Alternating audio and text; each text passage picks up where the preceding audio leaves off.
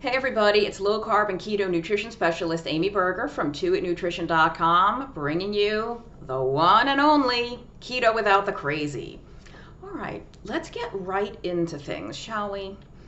I did a video not long ago that was the first of what I said would probably be many on emotional eating.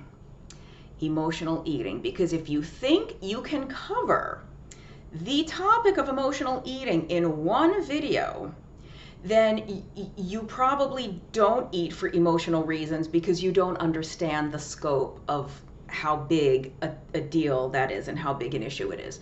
So it's not any kind of regular series I'm going to do. There's no planning. It's just when ideas come to me that are related to emotional eating, I'll put out a video. So today, I want to cover something that I think falls under that umbrella of emotional eating. And it's something that I've had many clients say, and I've just seen a lot of other people on keto social media say it. And the phrase is, life happened. Life happened. And it's almost always said in regard to having lost a bunch of weight on low carb or keto, or reverse diabetes, normalizing hormones and PCOS, hypertension, all the stuff that we know gets better with keto. Having done keto for some period of time, all of that stuff getting better, and then life happened and this person gained back 20 pounds or 50 pounds or 100 pounds, and they had to go back on their diabetes medicines. They had to go back on the blood pressure medicine, whatever the situation is. They gained the weight back, or they triggered a recurrence of the type 2 diabetes and the gout and all that because life happened. When is life not happening? Is there ever a time when life is not occurring? Like I'm here recording a video. I'm breathing. I think my heart is, I have a pulse. So life is happening right now. I'm alive right now. My life is happening right now.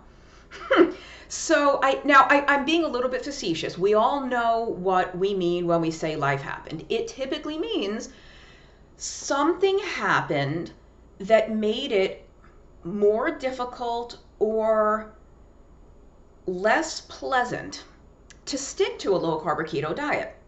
It could be something that relatively mild. It could be a life-shattering, life-altering circumstance. It could be a divorce. It could be the death of a loved one. It could be a traumatic accident, somebody losing a job. It could be anything. It could be COVID, where maybe you just had to work from home all the time and you're not used to it, or it's some schedule change. The thing about events and traumatic events and just changes is that everything is relative. Something that one person finds incredibly traumatic and stressful, somebody else might just get through cool as a cucumber, and vice versa. Something that I think is no problem at all might send somebody else into a tailspin. So this is no moral judgment at all. There's no shaming or opinion here. I'm just saying that when somebody says life happened, they mean that to them, whatever circumstance or situation came up was powerful enough to sort of knock them off the keto course. Or like I said, not in some cases, maybe it became more difficult. It was harder to cook or harder to procure the food, or they just didn't want to eat keto or low carb. They wanted to soothe themselves and comfort themselves with carbs. So I have a lot. Let me make sure that I say everything I want to say. I'm flying blind, as they say. I've got no notes here.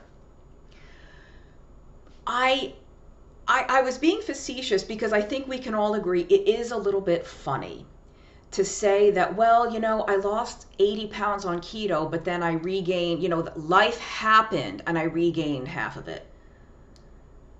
I put my type 2 diabetes into remission. I was completely off my insulin. I was off the metformin. I was off the glipizide and the da-da-da. And then life happened, and now I'm back on 3 of those met. We have to, so 2 things I want to say about this. Number one, which one should I say first? Number one, Don't say life happened. Take ownership. Life didn't happen, because there is never a time ever until you die that life isn't happening. Life is always happening. When you wake up in the morning and you get dressed and you go to work, or you wake up and you stay home, whatever your thing is, aren't you alive? Is life not happening?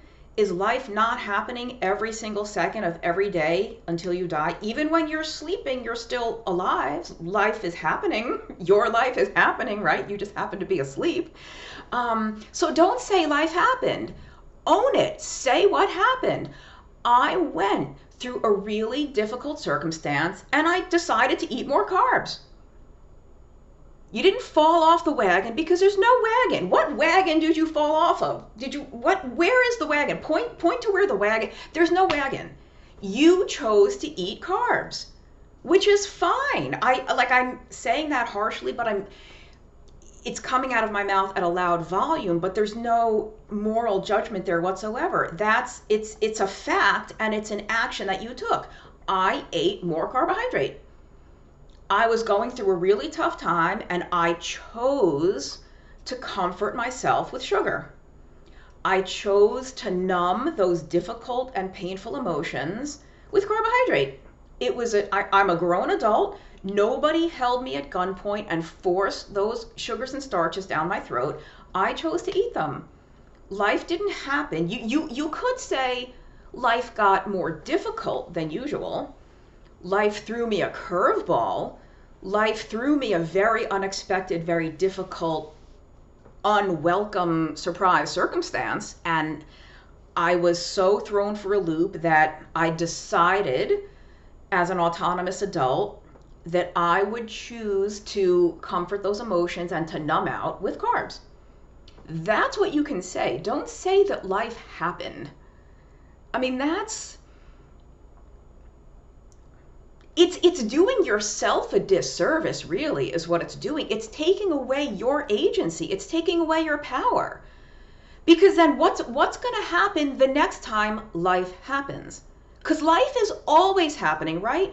The car, I just had to get a new car, unexpected. I mean, first world problems. I could afford to get a new to me car. It's a used car, but I had to get a new car because my previous car had kind of a catastrophic issue.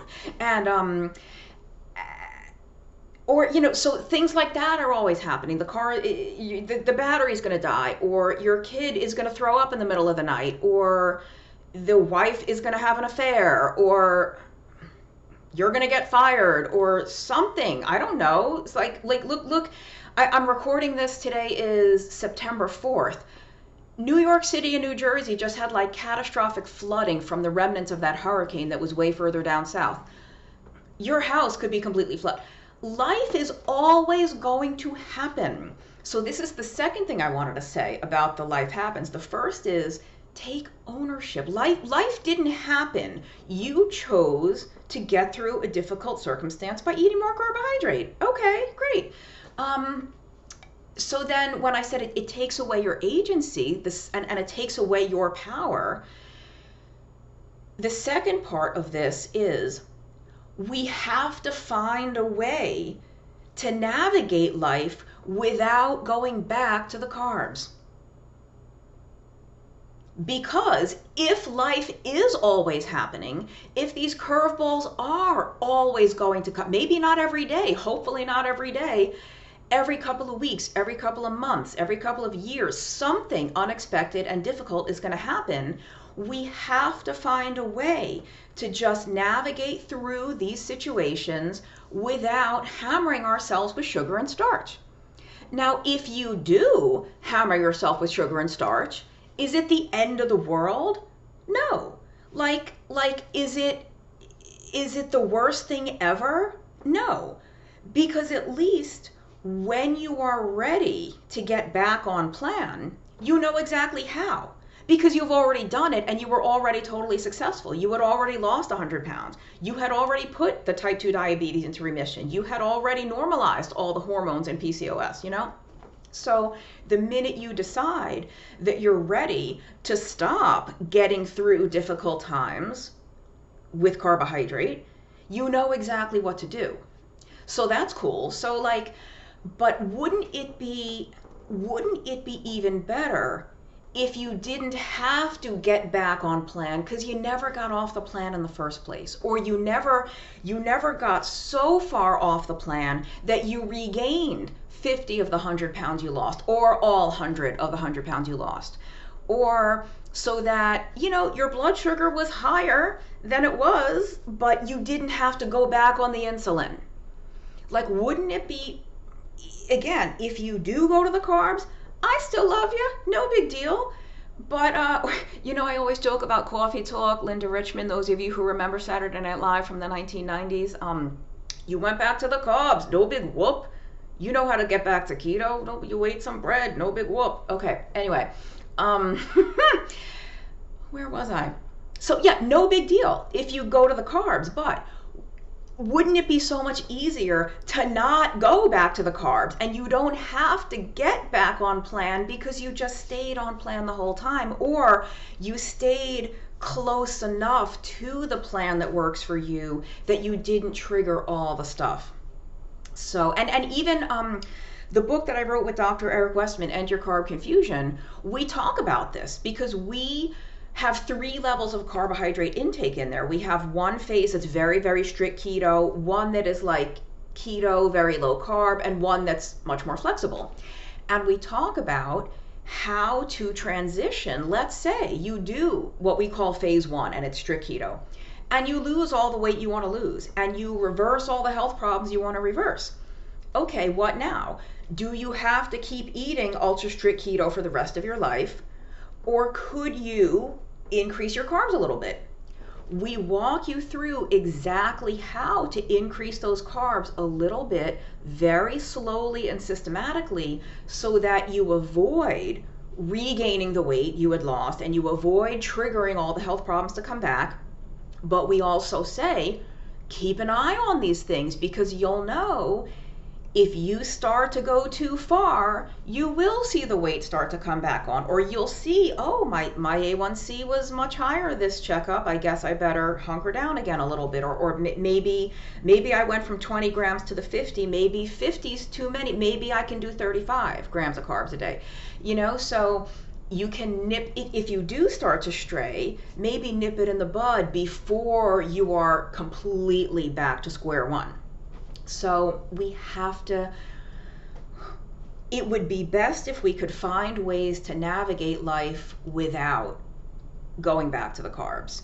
And that was in the first video I did on emotional eating, when I was quoting from my co-author, Dr. Westman, who, when patients say to him, oh, but I'm an emotional eater, and he says, okay, can you emotionally eat something other than carbs? Can you emotionally eat pepperoni? Can you emotionally eat, you know, some leftover bacon? Like, can you emotionally eat hard-boiled eggs? So, I mean, that's one way to do it, but I'm going to do some videos in the very near future, they're planned anyway, on meal prep and food prep, because that is a huge part of this. So I don't want to go down that rabbit hole. I'll save it for the videos when I talk about that, but you know, that's one very, very easy way to stay on plan, is to make sure that you have appropriate food available all the time. And whether it's because you prepared a massive amount of it ahead of time, or you have the budget to buy it, buy 2 or 3 rotisserie chickens at a time, stick them in the fridge, buy prepared Brussels sprout. You know, they often, a lot of supermarket deli counters have roasted Brussels sprouts or some kind of broccoli salad or whatever it is, you know. Go to a fast food joint and ask for like 20 burger patties, plain. No buns, no nothing. You just want the meat. Just walk away with a container full of cooked burger patties, and you can stick them in the fridge and eat them cold. My friend Kelly Hogan, My Zero Carb Life, she's like one of the really well-known carnivore ladies. She eats cold burger patties all the time. She calls them meat cookies. Sometimes she eats them plain. Sometimes she slathers a little bit of leftover bacon fat on the meat cookies. Anyway, that is just one strategy. I will talk in more detail when I do the videos on the food prep, but to say, you know, you're either committed to a low carb way of eating or you're not. And like, why why do you stray when something difficult happens? And again, it's not a judgment. This is a question for you to ask yourself. And it's something that I did mention in that first video on emotional eating. How difficult could the situation possibly have been if cookies made it better? If a bowl of sugary breakfast cereal made it all better, healed that little heart boo-boo, how much pain, how much emotional pain could you have possibly been in if a little bit of sugar made it all better? So that's just something to ask yourself, something for me to ask myself too. If you think I am not speaking from some personal experience here, you know, keto without the crazy, keto without the BS too. I mean, keto without the phoniness. So we have to, like, it's almost funny. We can laugh at ourselves a little bit. Oh, life happened. Oh, you went through a difficult circumstance. Therefore, you were physically unable, physically incapable of eating a steak with some asparagus. Like, whatever the situation was that happened was so painful and so difficult that it rendered you physically incapable of making that kind of food. You had to have, I don't even know what, a candy bar. You had to have a half gallon of ice cream because life happened and life rendered you unable to consume foods that were low in carbohydrate. Like, it's funny.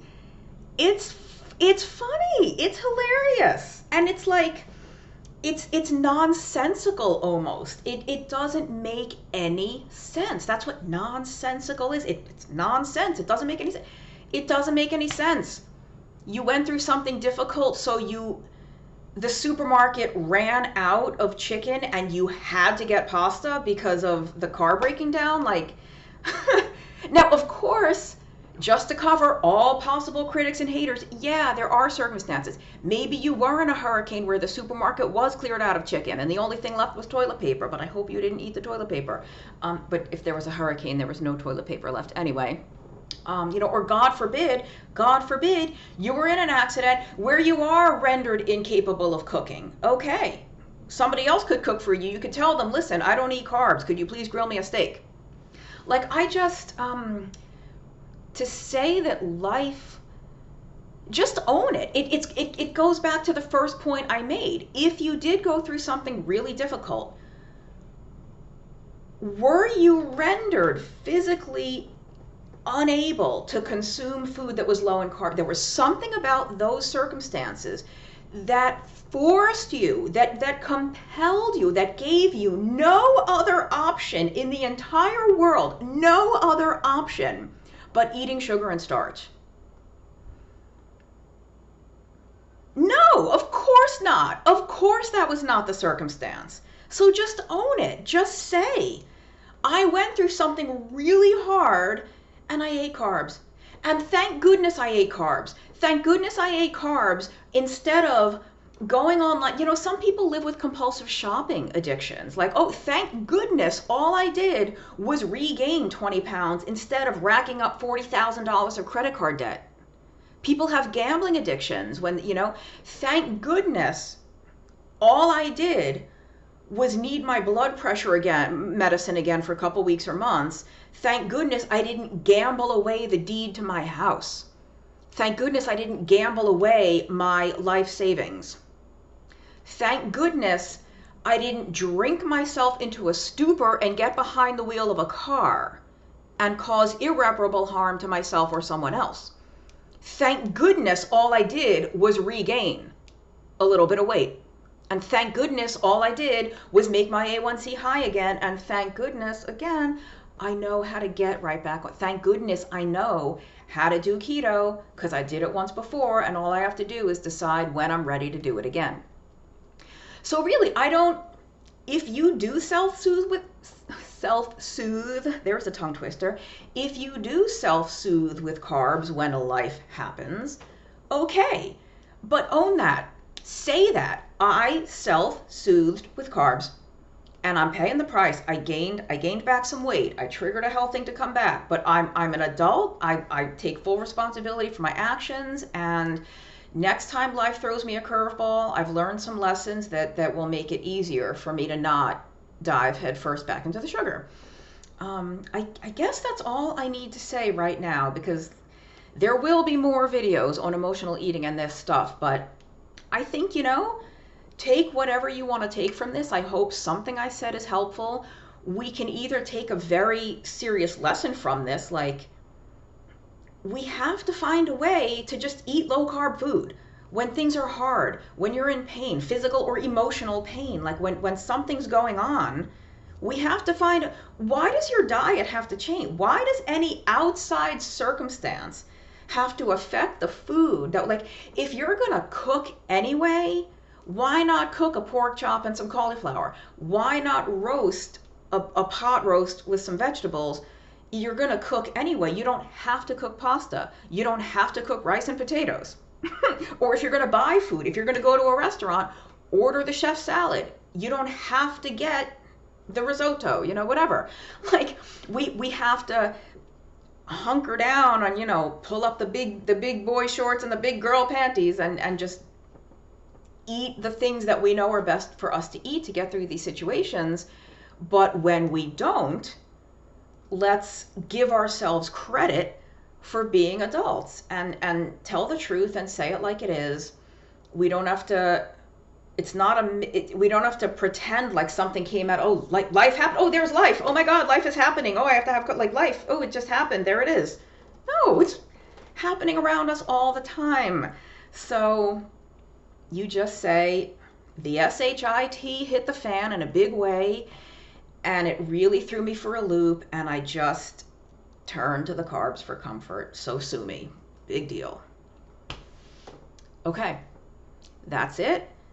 I probably mentioned some links. If I did, you know that there's links to everything down below. I am on Patreon. If you want to support me on Patreon, it's patreon.com/2itnutrition. There is a weekly live call. If you want to interact with me live in real time, and it is a group call, it's not one-on-one, but it's a question and answer. If you need help troubleshooting keto, if you just want to vent and chat with like-minded people, it's cheaper than a consultation with me. But that's it. Thanks for watching. See you next time.